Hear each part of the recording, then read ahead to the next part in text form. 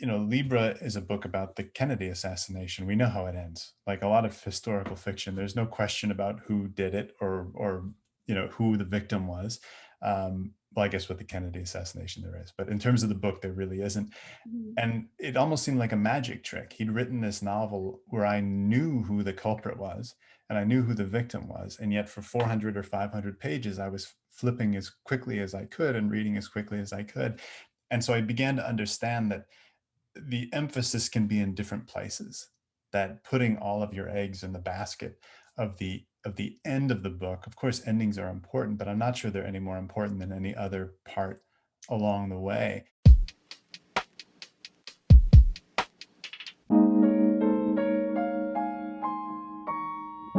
Hello, everyone. Welcome to Without These Books. I am your host, Allison Roach.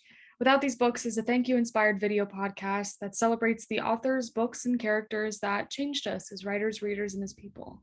So, today on our show, I will be joined by Scott O'Connor. He is the author of A Perfect Universe 10 Stories, as well as the novella Among Wolves, and the novels Zero Zone, Untouchable, and Half World.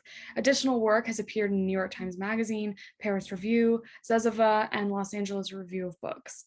He teaches creative writing at Cal State Channel Islands and in workshops around Los Angeles.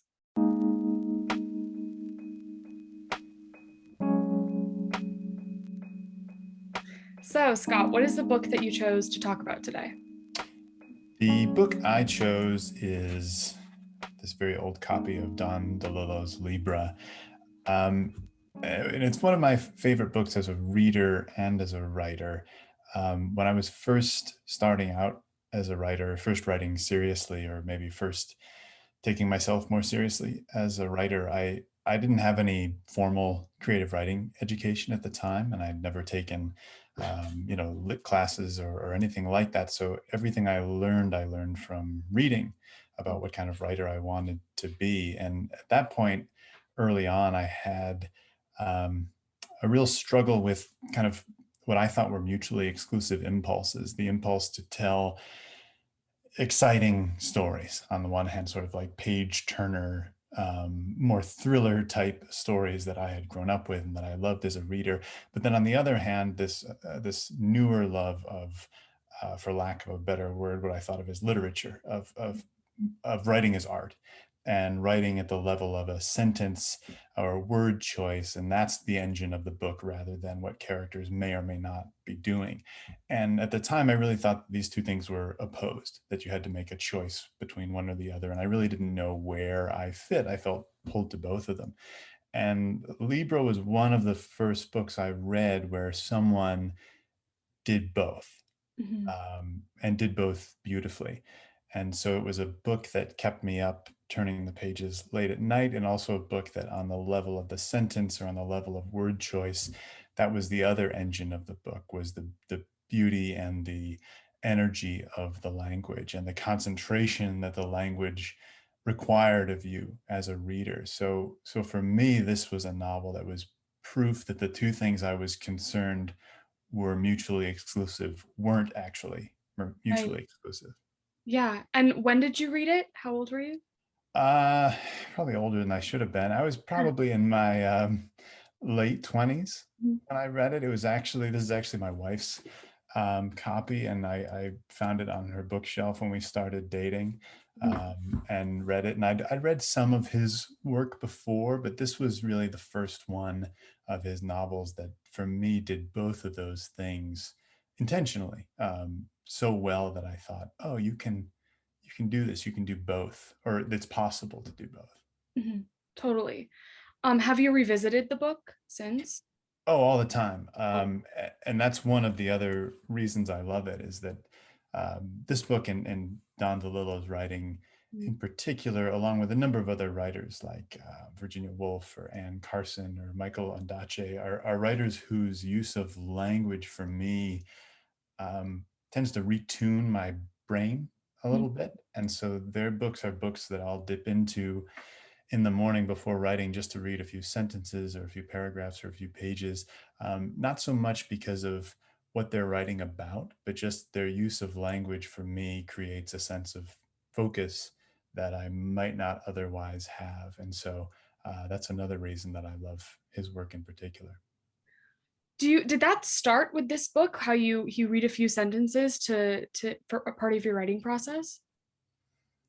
It could have. I couldn't say for sure, but I want to say about this time was when I started to come up with my, my little stack of books on my desk that I kept with me, Mhm. um, both for inspiration and for courage. Sort of like, well, if they could do it, maybe I could do Right. it. And so I want to say it was about the time I'd read this, probably. Cool. So beyond your writing process, do you think the book approached the way you think about writing or think about your creative process in your life, how merging two different things or seemingly opposed things into one? It really did. One of the things this book um, showed me, and then subsequent books have shown me, and that I still think about a lot in my writing process, is where the emphasis and the balance is in a particular novel. And again, growing up and starting out as a writer, I was very focused on endings. You had to stick the landing. The book has to have some Right. kind of surprise, or story has to have some kind of big surprise at the end to make it worthwhile. And Libra is a book about the Kennedy assassination. We know how it ends. Like a lot of historical fiction, there's no question about who did it, or who the victim was. Well, I guess with the Kennedy assassination there is, but in terms of the book, there really isn't. Mhm. And it almost seemed like a magic trick. He'd written this novel where I knew who the culprit was and I knew who the victim was. And yet for 400 or 500 pages, I was flipping as quickly as I could and reading as quickly as I could. And so I began to understand that the emphasis can be in different places, that putting all of your eggs in the basket of the end of the book. Of course, endings are important, but I'm not sure they're any more important than any other part along the way. And I often tell students when I'm talking about this with creative writing students to think about some of their favorite books, the books that they feel inspired them to become writers. And then I ask them how the book ends. And most of them can't remember, or they remember vague things about the ending, but what they remember are other moments. They remember characters, they remember scenes, they remember a particular sentence or a particular passage. And so we realize that although endings are important, and I think we're trained by movies especially to really focus on an ending, this was one of the books that showed me that there are other ways of thinking about the balance and the dynamics of an entire novel. Totally. Yeah. Have you ever taught with this book? I never have. No, it's one of those.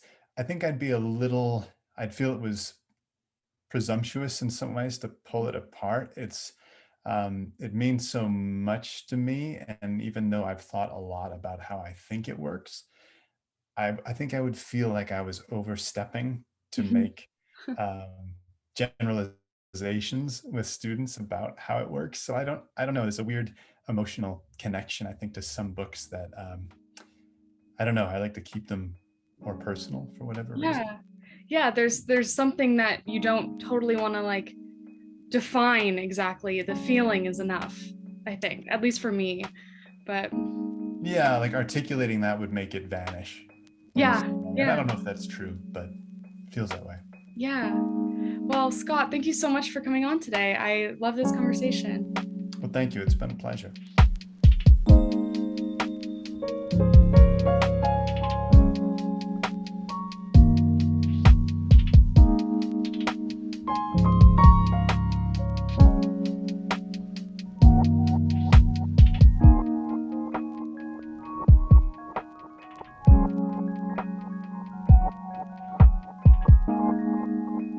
Join the conversation at withoutbooks.com.